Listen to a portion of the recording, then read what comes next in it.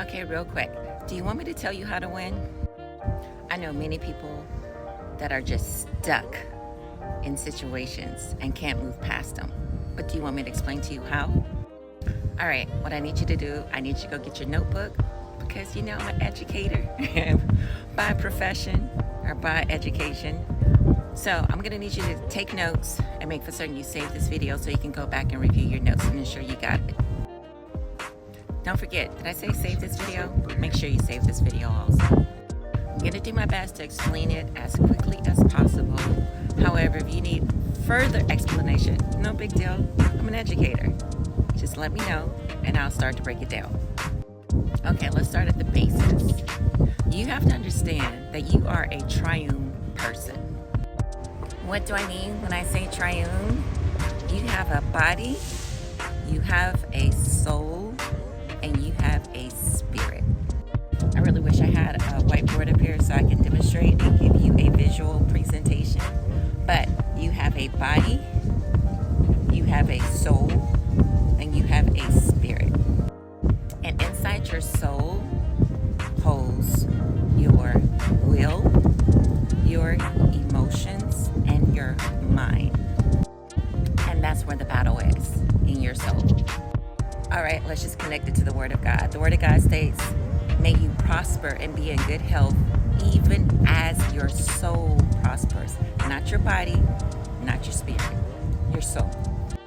And the reason why so many of us, myself included at times, haven't been able to get out of situations is because we have not learned how to control the soul. Again, what is the soul? The mind, the will, and your emotions. All right, now let's break down the mind. And also note, your mind, when it refers to it in the scriptural text, is actually your heart. Let's connect it. As a man thinketh in his heart, so is he. So many people stop at that first part, as a man thinketh. You can't just think something. You have to think it in your heart and not this thing. It's the heart, it's the mind. And in our mind, we have two compartments. We have our conscious and we have our subconscious. And our conscious is like what's on the desktop, but our subconscious is what's on the hard drive. And this is where we lose the battle, right there in our conscious and our subconscious. It's because our subconscious is so corrupt with the trauma that we've experienced and all different types of evil that's what drives us.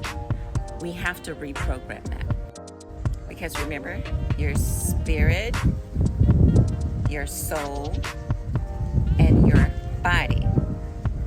Something will happen, this is the soul, something will happen, and instead of you connecting with your spirit, you just allow your soul to dictate to your body what to do because it's out of emotions or out of your own will or out of whatever in your mind.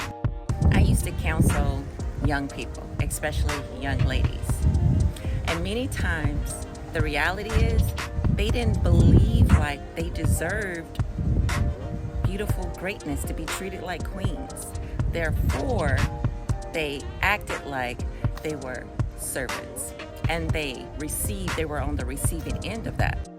So my job or my goal was to help them to reprogram. So you're asking me, well, how do you reprogram? Hold on just a minute. You have to understand whatever you see and listen to in your ears, those are gates to your soul. So whatever you're feeding yourself, that's what you become. I was just talking to my husband the other day. Like, I never turn the television on. If the television is on, it's because he is watching something. And it's okay, but that's just not who I am. And we were talking about, because he finds it strange that I would go the entire day, and days on end, weeks at a time, I would never touch the television, ever. And I'm also very mindful of what I listen to. Even though I like music, I'm still very mindful of what I listen to, because whatever your program, you have to understand that that's a source of media, right? But you have to understand what is media Leah is actually the medium. And what is the medium? The medium is what stands in between. And that's what's programming you. So if you want to change the mind, you have to change the input. What are you taking in? So if you don't like your situation, if you don't like your circumstance, if you don't like your position in life, if you don't like some things about you, I encourage you to change your programming. Reprogram yourself. I remember a point in time I was going through something very traumatic emotionally, and I was spending so many hours on YouTube just reprogramming. I listen a lot to Miles Monroe, so if you're familiar with him and you're thinking, oh, she sounds like Dr. Miles, it's because that's who I listen to continually almost. But I found myself listening to teachings and sermons all day and all night because your spirit man never sleeps. And the reason why you want to reprogram yourself, because remember, the soul that's in the middle, you want to reprogram yourself so that it controls your body.